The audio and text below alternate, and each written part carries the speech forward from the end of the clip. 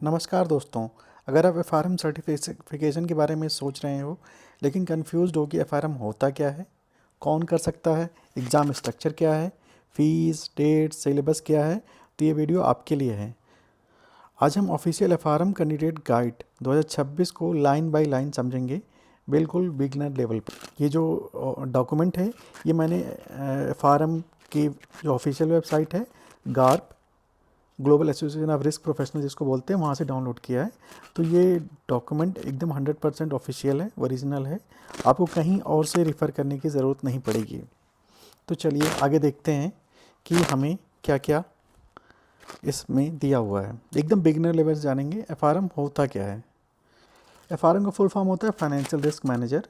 ये सर्टिफिकेशन गाप नाम की ग्लोबल बॉडी देती है, जिसका फुल फॉर्म है global association of risk professionals. FRM का मतलब है रिस्क को आइडेंटिफाई करना, रिस्क को मेज़र करना और रिस्क को मैनेज करना। इससे पहले जानते हैं आखिर रिस्क होता क्या है। जो एफआरएम है ये रिस्क को आइडेंटिफाई करता है, मेज़र करता है, मैनेज करता है, लेकिन रिस्क होता क्या है। रिस्क बोलते हैं अनसर्टेनिटी को। जैसे हम कोई भी डिसीजन लेना चाहते हैं, कोई भी बिजनेस डिसीजन लेना चाहते हैं, तो हमें नहीं पता है कि उसमें क्या क्या आउटकम हो सकते हैं, उसमें फ़ायदा भी हो सकता है, नुकसान भी हो सकता है, तो इसको रिस्क बोलते हैं। Risk is not a negative term. ये पॉजिटिव भी हो सकता है, निगेटिव भी हो सकता है, मतलब ज़्यादा प्रॉफिट भी हो सकता है, लॉस भी हो सकता है, कुछ भी होता है। Both are called risk. अब ये रिस्क को हम आइडेंटिफाई कैसे करेंगे, इस रिस्क को मेज़र कैसे करेंगे और इसको मैनेज कैसे करेंगे, यही एफआरएम है हमें सिखाता है। और इस प्रोफेशनल्स की वर्ल्ड वाइड बहुत ही ज़्यादा डिमांड है, क्योंकि इसके थ्रू आप किसी भी बिजनेस में अनसर्टेनिटी लेवल को आइडेंटिफाई करके, उसको मेज़र करके फिर उसको मैनेज कर सकते हैं, जिससे उसके सक्सेसफुल होने की चांसेस को आप बढ़ाते हैं। तो उसका जो वर्ल्ड लेवल पे गोल्ड स्टैंडर्ड है वो एफआरएम है। अब गोल्ड स्टैंडर्ड क्या होता है? गोल्ड स्टैंडर्ड का मतलब है ये सभी के द्वारा रिकग्नाइज्ड है। इसको कई कई कंट्रीज इसको पोस्ट ग्रेजुएट के बराबर भी मानते हैं। और रिस्क कई तरीके का होता है। जैसे कि हम जानते हैं मार्केट रिस्क आप सभी जानते होंगे। जैसे स्टॉक मार्केट में जो फ्लक्चुएशंस होते हैं, उस तरीके के रिस्क को मैं मार्केट रिस्क कहते हैं। और आजकल साइबर रिस्क हो गया, एआई रिस्क है, जियोपॉलिटिकल रिस्क है। आज के टाइम पे जियोपॉलिटिकल रिस्क बहुत ज़्यादा हो गया है। जैसे कि अमेरिका क्या कर रहा है कि टैरिफ लगा रहा है, उसकी वजह से बहुत से बिजनेसेस प्रभावित हो रहे हैं, तो उसको जियोपॉलिटिकल रिस्क कहते हैं। क्रिप्टो रिस्क है। ये सारे ही रिस्क को आपको आइडेंटिफाई करना है, उसको फिर मेज़र करना है, फिर उसको मैनेज करना है, जिससे कि मिनिमम इम्पैक्ट बिजनेस से पड़े और बिजनेस एक जो भी क्वांटिफाइएबल रूप में एक अपना आउटपुट दे सके। फार्म का स्ट्रक्चर क्या है उसको जानते हैं। एफआरएम का एग्ज़ाम दो पार्ट में होता है, पार्ट 1 और पार्ट 2। पार्ट 1 क्या करता है? हमें टूल्स सिखाता है, जो भी हमें रिस्क को मेज़र करना है, मैनेज करना है, आइडेंटिफाई करना है, उसके लिए जो टूल्स की ज़रूरत होगी वो हम पार्ट 1 में सीखते हैं। और जो पार्ट 2 है उसका अप्लीकेशन होता है। उन टूल्स को रियल वर्ल्ड एग्जांपल में हम कैसे यूज़ करके कैसे उसको मैनेज करेंगे। ठीक है। पार्ट 1 में इसका बेसिक्स है। अब इसका सिलेबस क्या होता है? पार्ट 1 में हम रिस्क का बेसिक्स सीखते हैं, मैथ्स है, स्टैटिक्स है, फाइनेंशियल मार्केट्स है, रिस्क मॉडल्स हैं, ये सब है। अब पार्ट 2 में क्या होता है कि आप market risk, credit risk, operational risk, liquidity risk, current issues जैसे एआई, क्रिप्टो, जियोपॉलिटिक्स, ये सारी चीज़ें सीखते हैं। अब एफआरएम कैसे बनते हैं इसके बारे में जानते हैं। एफआरएम बनने के 3 पार्ट हैं। पहला पार्ट ये है कि आपको एफआरएम पार्ट 1 क्लियर करना है। दूसरा है कि एफआरएम पार्ट 2 आपको क्लियर करना है। और तीसरा एक बहुत ही ज़रूरी है, वो है प्रोफेशनल वर्क एक्सपीरियंस। ये भी आपको कंप्लीट करना पड़ेगा, इसके बिना आपका एफआरएम कंप्लीट नहीं होता है। लेकिन एग्ज़ाम देने के लिए पार्ट 1 और पार्ट 2 ये ज़रूरी नहीं है, ये बाद में भी कर सकते हैं। पहले आप पार्ट 1 कर लीजिए, फिर पार्ट 2 कर लीजिए, फिर जब भी आप 2 साल का एक्सपीरियंस ले लेंगे तभी आपको एफआरएम का चार्टर्ड मिल जाएगा। इसके बाद हम ये जानते हैं कि कौन कौन एफआरएम कर सकता है। एफआरएम सिर्फ बैंकर्स के लिए नहीं है। एफआरएम जो है बैंकिंग प्रोफेशनल तो कर ही सकते हैं, लेकिन जो भी फाइनेंस से रिलेटेड स्टूडेंट्स हैं, जैसे जिन्होंने एमबीए कर रखा है, जिन्होंने सीए कर रखा है, सीएफए कर रखा है, सीएमए कर रखा है, या ये सारे कोर्सेज कर रहे हैं, वो भी साइड बाय साइड इसको पढ़ सकते हैं, जो कि उनको कैरियर में काफ़ी मदद कर सकता है। कुछ ऐसे लोग हैं जो रिस्क फील्ड में आना चाहते हैं, अभी दूसरे फील्ड में हैं, वो भी इसको कर सकते हैं। और कोई ज़रूरी नहीं है कि आप इसमें फाइनेंस बैकग्राउंड में ही हों, आप नॉन फाइनेंशियल बैकग्राउंड के भी हों तो भी आप ये काम कर सकते हैं। अब इसके बेनिफिट्स क्या क्या हैं ये जान लेते हैं। आखिर हम इसे करें क्यों, हमारे लिए क्या फ़ायदा होगा। पहली बात है, ग्लोबल रिकॉग्निशन मिलता है। जैसे कि हम देख सकते हैं यहाँ पे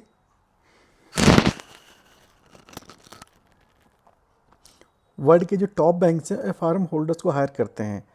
एफआरएम को कई कंट्रीज़ में एफआरएम को कई कंट्रीज में मास्टर डिग्री के इक्विवेलेंट माना जाता है। मतलब रिज्यूमे पे एफआरएम लिखा हो तो ट्रस्ट ऑटोमेटिकली बिल्ड होता है। अब जानते हैं कि इसका सिलेबस क्या है।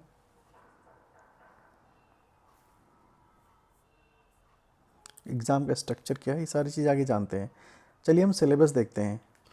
पार्ट वन में जो है 4 पेपर्स होते हैं। एक होता है फाउंडेशन ऑफ रिस्क, एक है क्वांटिटेटिव एनालिसिस, फाइनेंशियल मार्केट है, फिर तीसरा चौथा वैल्यूएशन एंड रिस्क मॉडल्स। जो फाउंडेशन ऑफ रिस्क है ये एकदम बेसिक लेवल का है। इसमें एकदम ही बेसिक लेवल का रिस्क के बारे में एक्सप्लेन किया जाता है। Quantitative analysis probability and statistics जैसे मैथमेटिकल टूल्स की ज़रूरत होती है। ऐसा भी नहीं आपको बहुत ज़्यादा मैथमेटिक्स जानने की ज़रूरत नहीं है, आपको थोड़ा बहुत प्रोबेबिलिटी और स्टैटिक्स, यही 2 की ज़रूरत पड़ेगी। फिर तीसरा है फाइनेंशियल मार्केट्स, इसमें बॉन्ड्स, डेरिवेटिव, फॉरेक्स, इसके बारे में आपको बताया जाता है। फिर चौथा है वैल्यूएशन एंड रिस्क मॉडल्स, इसमें कुछ टर्म्स आते हैं, technical term, VAR, stress testing, ये सारी चीज़ें होती हैं जिससे हम उसको मेज़र करते हैं रिस्क को। इस तरह ये 4 पार्ट हो जाते हैं। इसमें जो पहला सब्जेक्ट है अपना फाउंडेशन ऑफ रिस्क मैनेजमेंट, इसका 20% वेटेज है। क्वांटिटेटिव एनालिसिस के भी 20% वेटेज है। ये दोनों 40 हो गए टोटल। उसके बाद जो तीसरा पार्ट है फाइनेंशियल मार्केट, 30% वेटेज है, और 30% वेटेज ही है जो है अपना वैल्यूएशन एंड रिस्क मॉडल्स। यानी कि ये जो फाइनेंशियल मार्केट है और वैल्यूएशन एंड रिस्क मॉडल्स हैं, ये तीसरे और चौथे का वेटेज थोड़ा ज़्यादा है।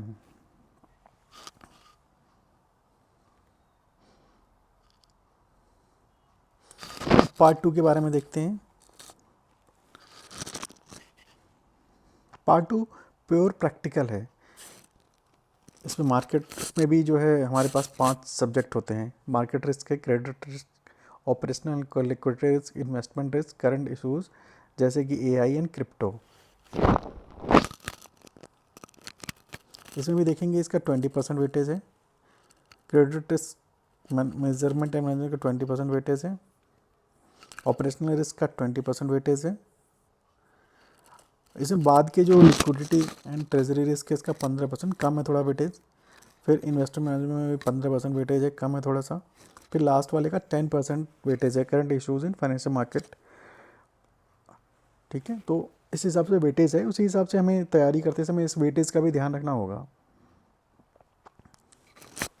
अब जानते हैं कि ये एग्ज़ाम कब होता है, कितनी बार होता है। इधर देखिए, इन्होंने ऑफिशियल जो डेट दे रखी है एग्ज़ाम की, वो 3 बार होते हैं साल में। मई में होता है, अगस्त में होता है, नवंबर में होता है। तो आप मई में देखिए 9 से 15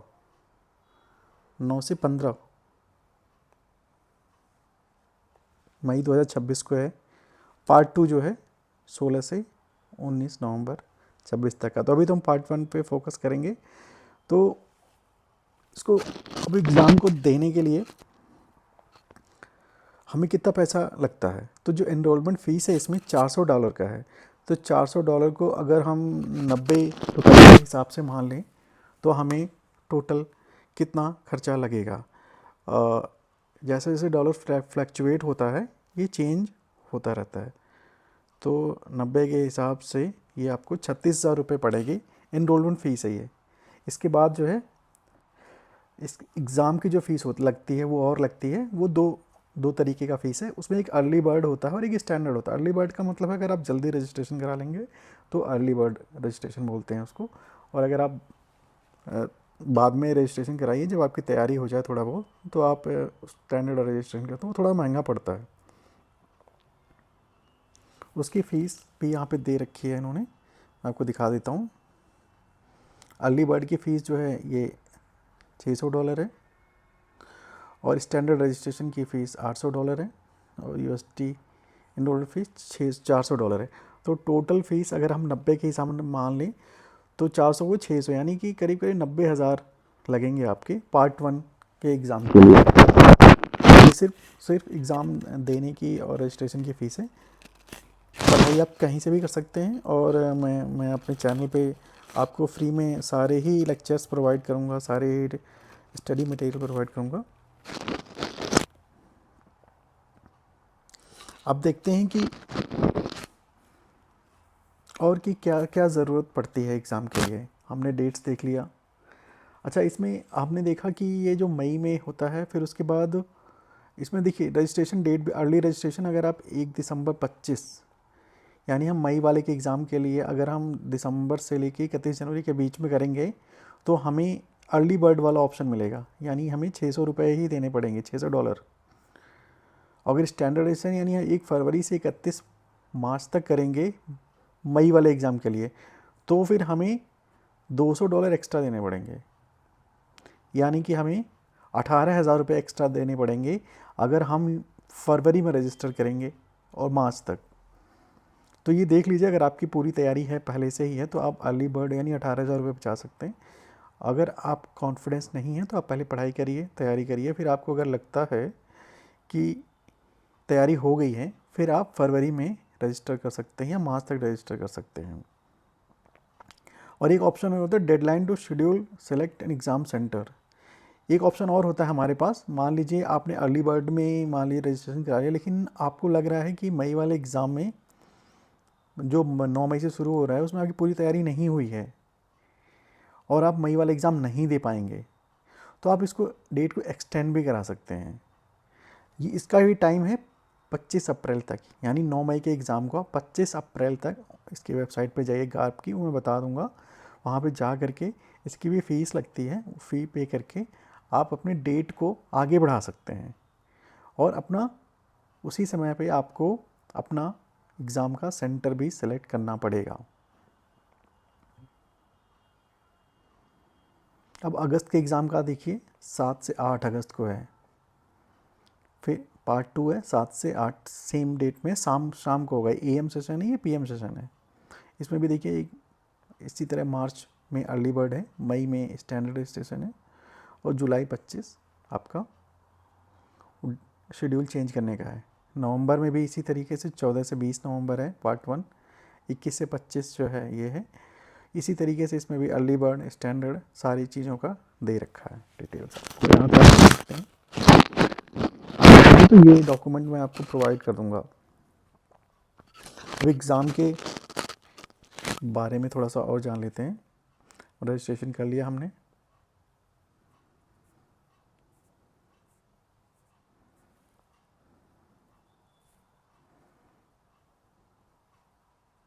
इसमें आप जब रजिस्टर करते हैं FRM की वेबसाइट पे तो आपको ये स्टडी मटेरियल प्रोवाइड करते हैं FRM का, लेकिन ये काफ़ी ज़्यादा एग्जॉस्टिव होता है, काफ़ी ज़्यादा हैवी मटेरियल है।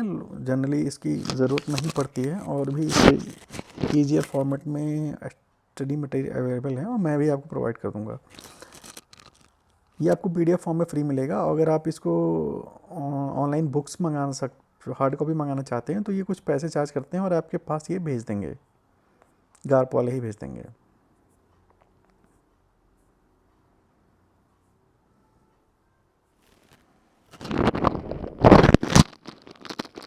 अब एग्ज़ाम डे में क्या क्या देखते हैं, हम क्या करते हैं, जैसे कि आपको एग्ज़ाम आप कैलकुलेटर ले जा सकते हैं, इसलिए कैलकुलेशन के बारे में बहुत चिंता करने की ज़रूरत नहीं है। इसमें कैलकुलेटर अलाउड है, लेकिन वो सारे ही कैलकुलेटर नहीं अलाउड हैं। जो फाइनेंशियल कैलकुलेटर होता है, जिसको मैं आपको बता दूंगा कौन सा मॉडल है, वही आप यूज़ कर सकते हैं। आप मोबाइल, स्मार्ट वॉच ये नहीं ले जा सकते एग्ज़ाम में। एग्ज़ाम जो है 4 घंटे का होता है, कोई निगेटिव मार्किंग नहीं होती है, और रिज़ल्ट सिर्फ पास और फेल आता है, मार्क्स नहीं दिखते हैं। अब इसमें कुछ बेसिक क्वेश्चंस आते हैं जो हमारे मन में आते हैं कि अगर हम एफ करना चाहते हैं तो हमें कितने टाइम पढ़ना होता है। तो जो एवरेज टाइम है, हमें 250 से 300 घंटे टोटल देने पड़ेंगे इसकी पढ़ाई करने के लिए। दूसरा क्वेश्चन है, क्या मैथ्स बहुत टफ होता है? तो ग्रेजुएट लेवल मैथ्स होता है, मैनेजेबल विद प्रैक्टिस। अगर आप प्रैक्टिस करेंगे तो मैनेज हो जाएगा। मतलब आपको थोड़ा सा बहुत प्रोबेबिलिटी और स्टैटिस्टिक की ज़रूरत पड़ती है, बहुत ही हाई लेवल के मैथमेटिक्स नहीं आता है। अगर हम जानना चाहते हैं CFA और FRM में कौन सा बेटर है, तो क्या अलग अलग, CFA का कोर फोकस है इन्वेस्टमेंट पे और FRM का है रिस्क पे। रिस्क आजकल बहुत ही इंपॉर्टेंट हो गया है, क्योंकि हर बिजनेस में रिस्क होता है और इसको मैनेज करने के लिए कंपनीज को FRMs की ज़रूरत पड़ती है। जैसे बैंक में देखेंगे एक पोस्ट होती है GCRO, जो कि GM लेवल का होता है, GM और CGM लेवल का। उसके लिए मैंडेटरी होता है FRM होना। कई बार इसकी डायरेक्ट वैकेंसी आती है, दो इसमें एक्सपीरियंस मांगता है 15 साल 10 साल का, लेकिन 10 से 15 साल वाले एक्सपीरियंस वाले बहुत ही कम लोग इंडिया में अवेलेबल हैं। इसलिए अगर आप इसको FRM को कर लेंगे और आपने पहले से ही अगर बैंक में काम कर रहे हैं रिस्क में, अगर आप क्रेडिट में भी काम कर रहे हैं तो वो भी रिस्क के रिलेटेड है, तो वो एक्सपीरियंस भी कहीं ना कहीं इसमें कंसीडर हो सकता है।